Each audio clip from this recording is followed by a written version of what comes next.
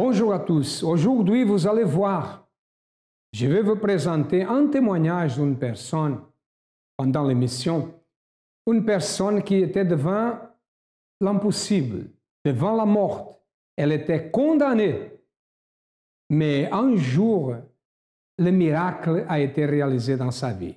Préparez-vous parce que avant de terminer l'émission, nous allons voir ce témoignage. Maintenant, nous allons voir ce qui se passe au-dedans du centre d'accueil, au moment de la prière, dans les chaînes de prière. Nous allons voir ce qui est possible des personnes qui étaient malades, des personnes qui sont arrivées avec un problème de santé, sont guéries au moment de la prière. Regardez.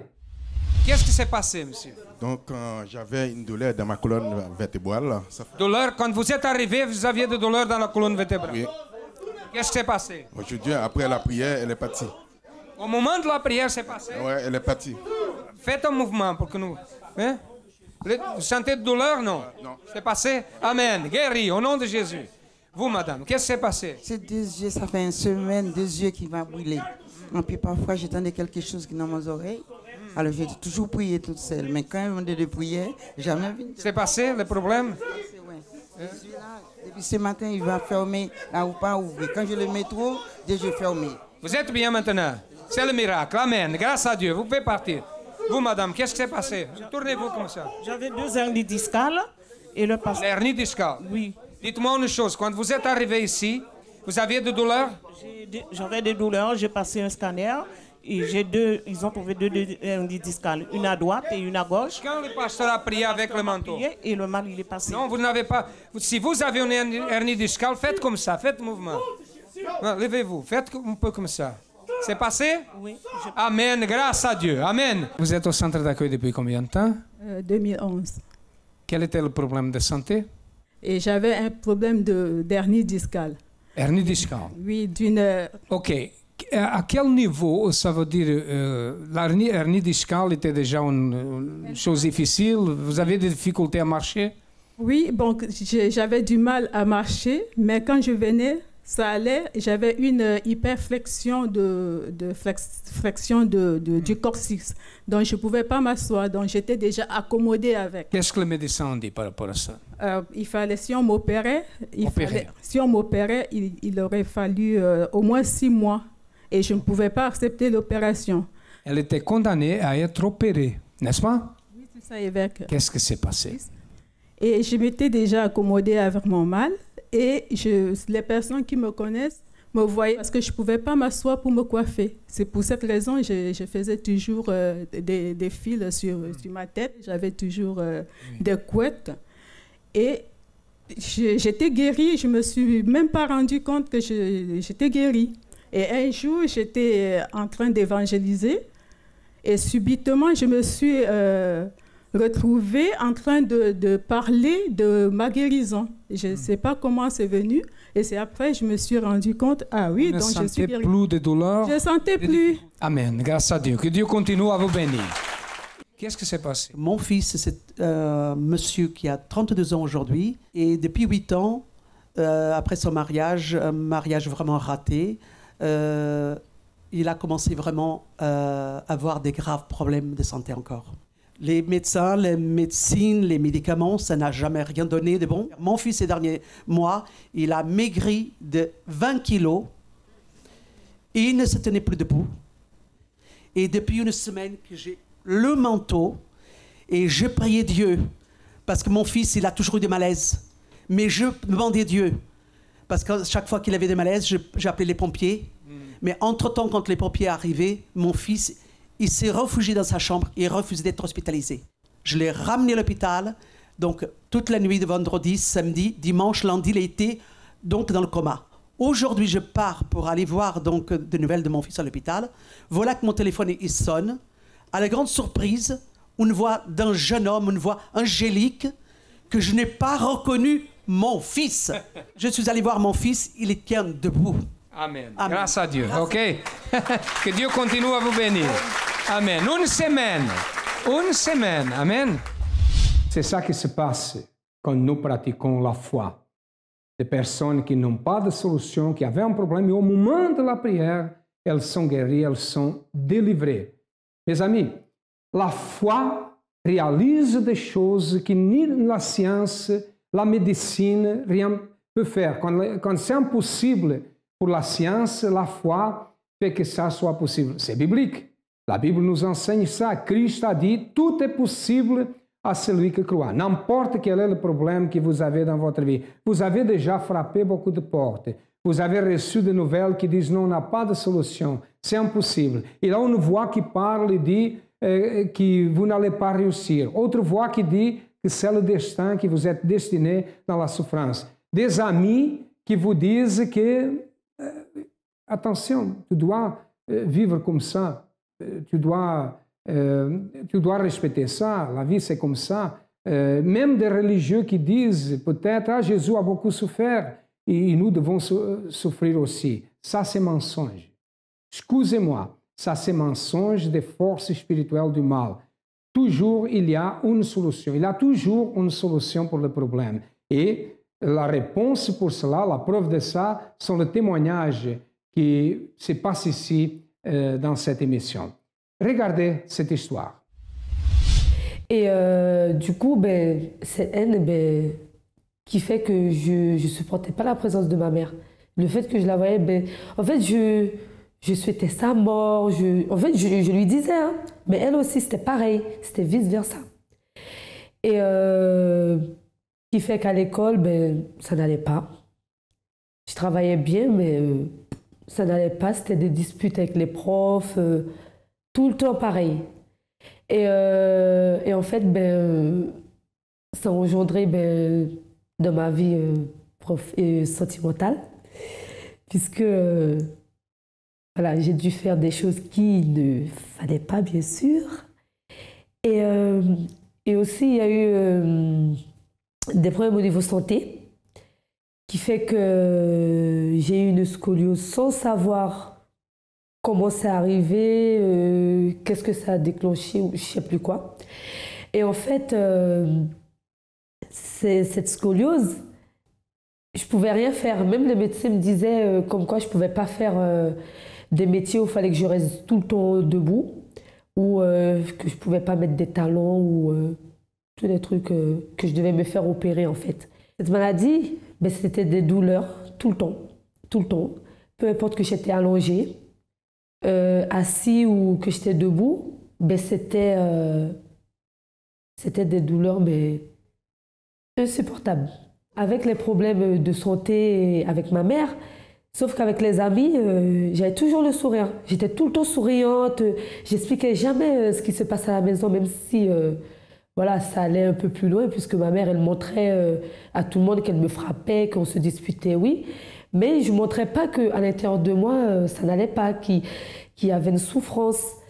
Et avec les amis, j'étais tout le temps là. Quand il fallait faire quelque chose, j'étais là. Quand il fallait en soirée, j'étais là, j'y allais.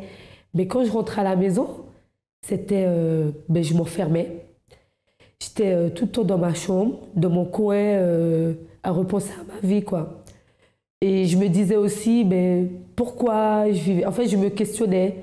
Pourquoi je devais vivre comme ça? Je ne méritais pas de vivre, il fallait que je me tue. J'ai fait plusieurs tentatives de suicide par rapport à ça.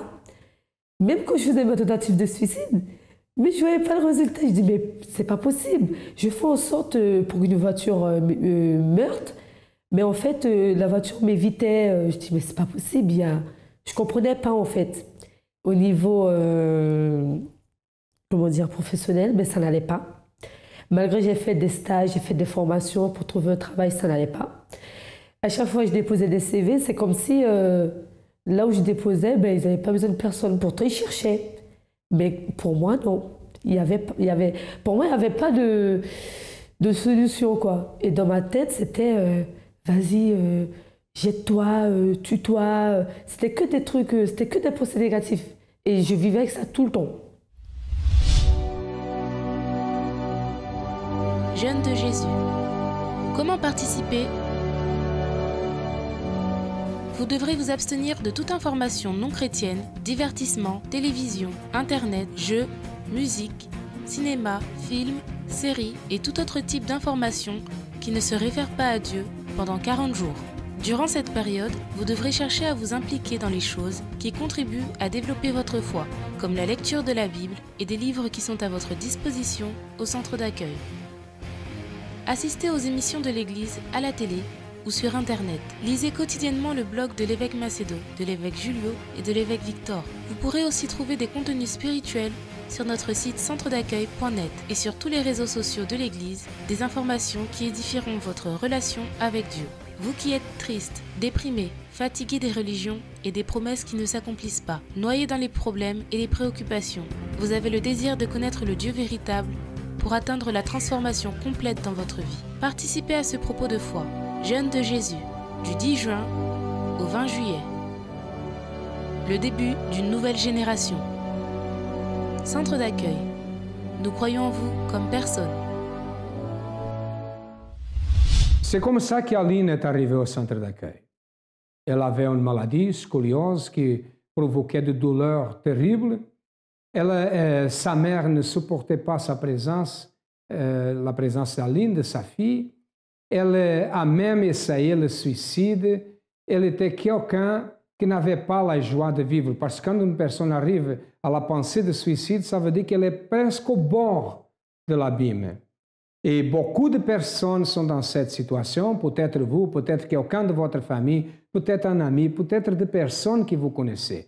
Les portes du centre d'accueil sont ouvertes du matin au soir. Et quand nous pratiquons la foi intelligente, les chaînes de prière, la vie change. Regardez. À travers de ça, j'ai su qu'il y a eu le culte le mardi pour la santé.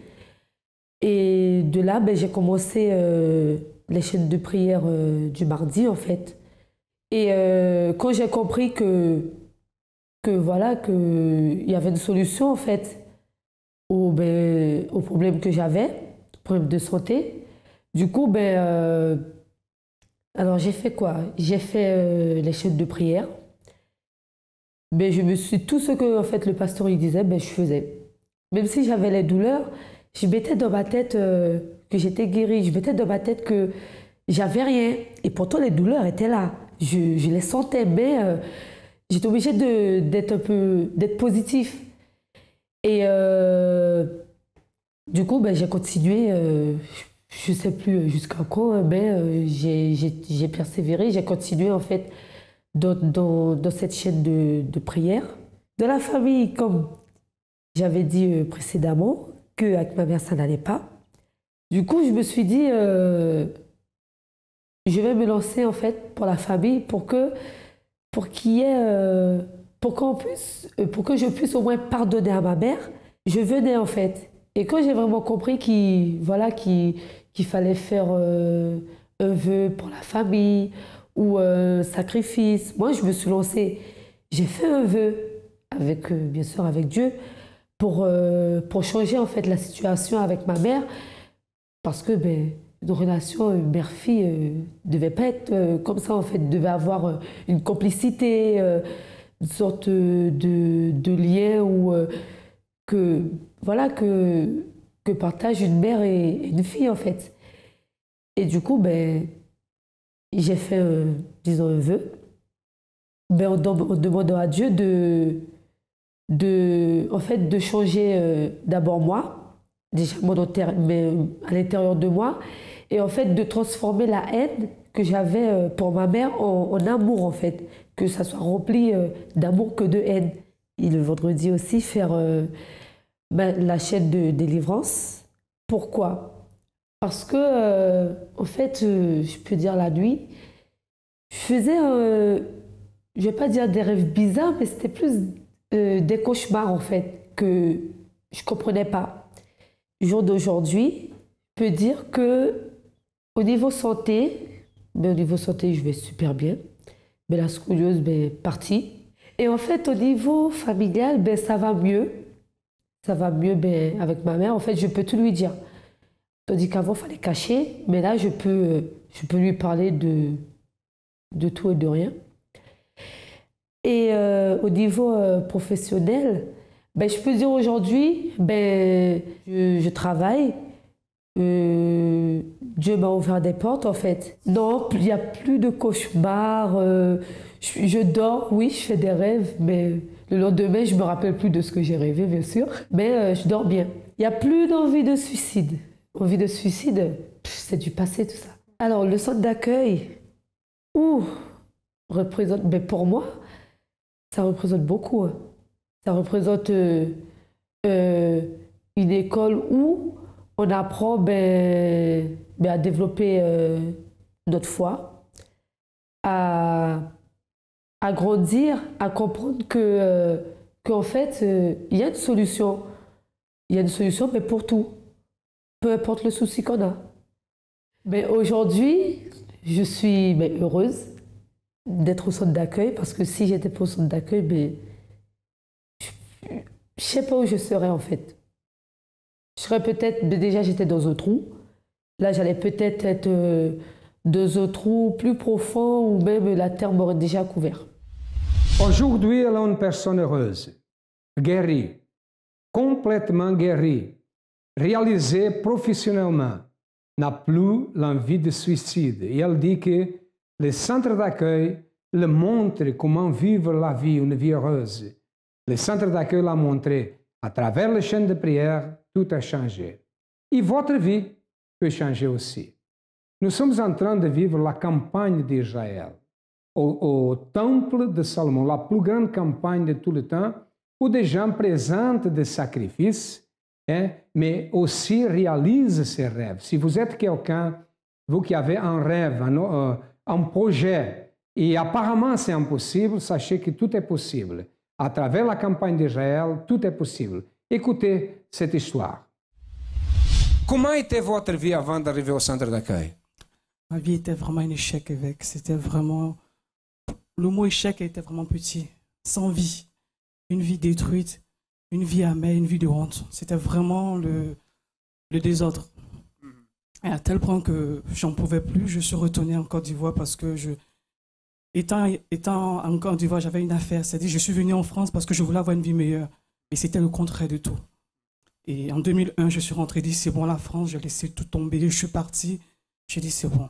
Mais Dieu voulait que je revienne. C'est lorsque je suis revenu, j'ai vu la main de Dieu dans ma vie. Ça veut dire que vous étiez à l'église et vous avez abandonné, c'est ça? Je ne connaissais pas encore le centre d'accueil.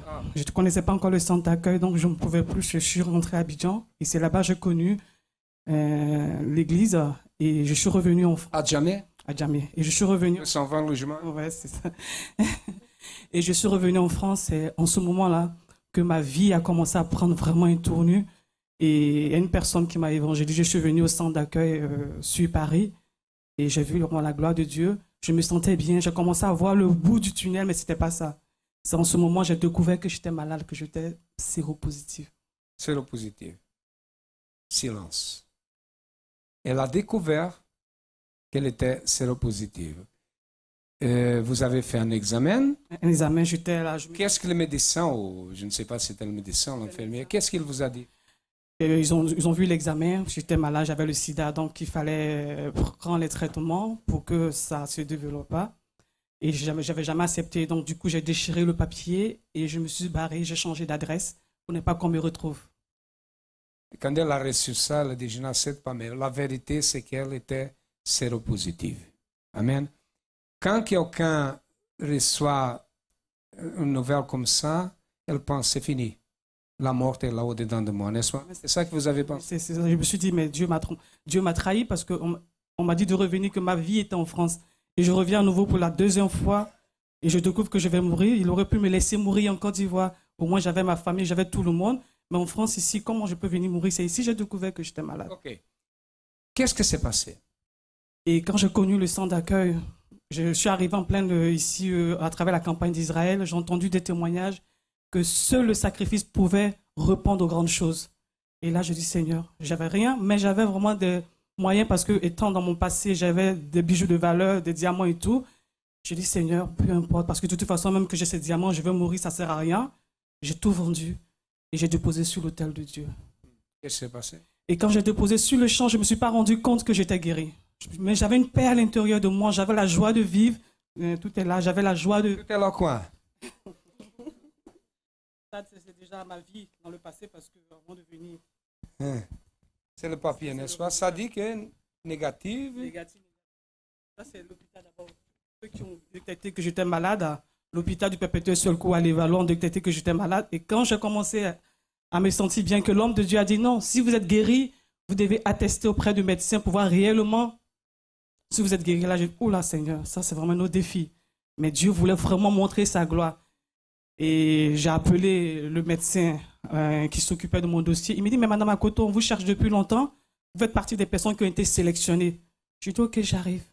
Il m'a commencé à me parler. Vous savez, le sida, c'est une maladie comme tout autre. Il faut faire avec. Moi, j'attachais. Parce que ici, j'ai découvert le mot attaché, ça. Moi, j'attache. Je n'ai jamais été malade. J'ai dit attaché. Il a parlé, il m'a dit, je comprends que vous refusez d'être malade. Mais le fait est là. J'ai dit, ok, j'ai compris. Mais je veux simplement qu'on refasse les examens. Et si véritablement je suis malade, je vais assumer. Mais je crois qu'il y a une erreur sur mon dossier. Je n'ai jamais été malade. Il m'a dit, non, madame, ça se passe dans la tête. Il a vu que j'insistais. Il m'a dit, écoutez, pour en finir, on va refaire les examens. Je lui ai dit, ok, on a fait les examens. Et moi, je suis parti. Il m'a dit, dans une semaine, il m'a dit, vous allez avoir les résultats. Il dit, non, ce n'est pas possible. J'appelle. Il m'a dit, non, mais madame, écoutez, il y a un problème. On ne comprend plus rien. Vos examens sont revenus négatifs. Même pour être sûr que véritablement vous n'êtes plus malade, on va mener vos examens en Institut Pasteur pour confirmer que véritablement le VIH1 et le VIH2 ont disparu dans votre corps. Amen. Grâce à Dieu. Applaudissez le Seigneur. À travers la campagne d'Israël. À travers la campagne d'Israël. Et Dieu ne s'est pas simplement arrêté à me guérir. Aujourd'hui, je suis une femme de Dieu. Il m'a non seulement guéri. Aujourd'hui, j'ai mes papiers parce que parfois, on arrive dans un pays, on se dit on veut les papiers. On fait n'importe quoi. Aujourd'hui, j'ai mes papiers. Aujourd'hui, je travaille. Je suis cuisinière. J'ai un très bon métier. Et ça, c'est le sacrifice qui paye. N'ayez pas peur de sacrifier. Grâce à Dieu. OK. Elle était condamnée, n'est-ce pas? C'est ça que nous avons parlé au début. Elle était condamnée. Elle avait la mort devant elle. Elle a reçu une nouvelle de médecin qu'elle avait le sida. Et qu'est-ce qu'elle a fait? Elle n'a pas accepté. Qu'est-ce qui l'a amené à ne pas accepter? La foi qu'elle avait, qu'elle a reçue au centre d'accueil. Elle a participé de la campagne d'Israël, elle a sacrifié, elle a même obligé le médecin à refaire l'examen. Il ne voulait pas, mais elle avait une certitude parce que le sacrifice lui donnait la certitude. Le sacrifice lui donnait cette certitude qu'elle était guérie. Et ces examens sont négatifs. Elle a fait plus d'examens et toujours donné négatif. Le miracle est possible. Le miracle a été possible à travers la participation de la campagne d'Israël. Et la même chose peut se passer dans votre vie parce que Dieu n'est pas un Dieu d'une personne seulement. Il est Dieu de tous ceux qui l'acceptent. Regardez plus de témoignages et après nous retournerons. Bonsoir, madame. Bonsoir. Qu'est-ce que Dieu a fait? Dieu a fait un miracle. Donc, j'avais très mal au cou. Et c'est ma première fois de venir le mardi passé. Donc, j'ai pris la moto, j'ai mis sur mon cou. J'ai dit, Dieu, comme tu es miraculeux, tu vas m'aider à s'en sortir. Et du coup, mon cou s'est arrêté. Vous êtes guéri? Oui, oui, je suis guéri. Au nom du Seigneur Jésus. Amen. Grâce à Dieu. Quel était le problème? Qu'est-ce qui s'est passé et qu'est-ce que vous avez fait? Bon, le problème avant, c'était j'ai mal aux oreilles depuis octobre 2013. J'ai parti voir le médecin, ils n'ont rien vu. Même 3 médecins, il a dit qu'il ne voit rien du tout. J'ai dit, mais ce n'est pas possible parce que j'ai très très mal, je n'arrivais pas à dormir et tout, et voilà. Après l'oreille, c'est la tête. Le soir, je n'arrivais pas à dormir du tout et tout. C'est comme s'il y a plein de trucs qui passent dans ma tête, je n'arrivais pas à dormir. Ce que je fais, le jour qu'il y avait le manteau là, je venais ici et j'ai expliqué avec la dame et puis voilà ce qu'elle a fait. Et puis elle a mis l'option, la tête, l'oreille, ici. C'est plus rien. Plus rien, j'ai plus mal, tranquille. Votre foi, Dieu vous a guéri. Au nom du Seigneur Jésus.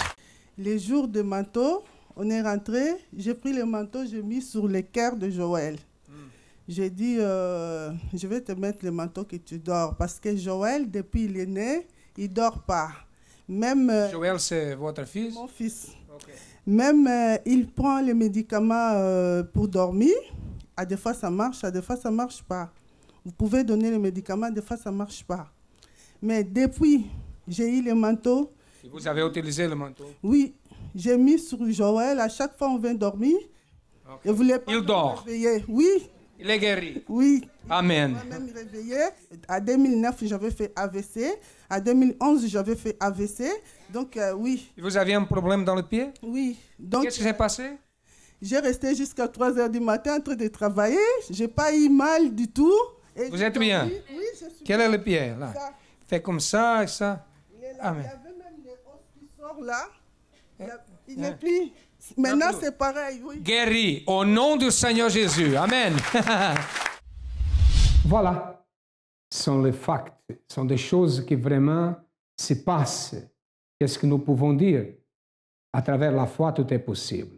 Il sera possible dans votre vie aussi. Si vous avez besoin de notre aide, nous sommes situés au 254 de rue de Faubourg Saint-Martin, au 10e arrondissement. Ça, c'est notre siège ici à Paris. Mais nous avons d'autres centres d'accueil. Nous avons des centres d'accueil dans beaucoup de villes, à Montreuil, à Ivry, Ivry-Couronne, à Ivry-sur-Seine, à Villejuif, à Champigny et d'autres qui de moment ne me rappellent pas. Les adresses passent dans votre ordinateur. Cherchez le centre d'accueil le plus proche et certainement votre vie changera parce que nous sommes là pour vous aider. De la même manière que la vie des autres a changé, votre changera aussi. À demain.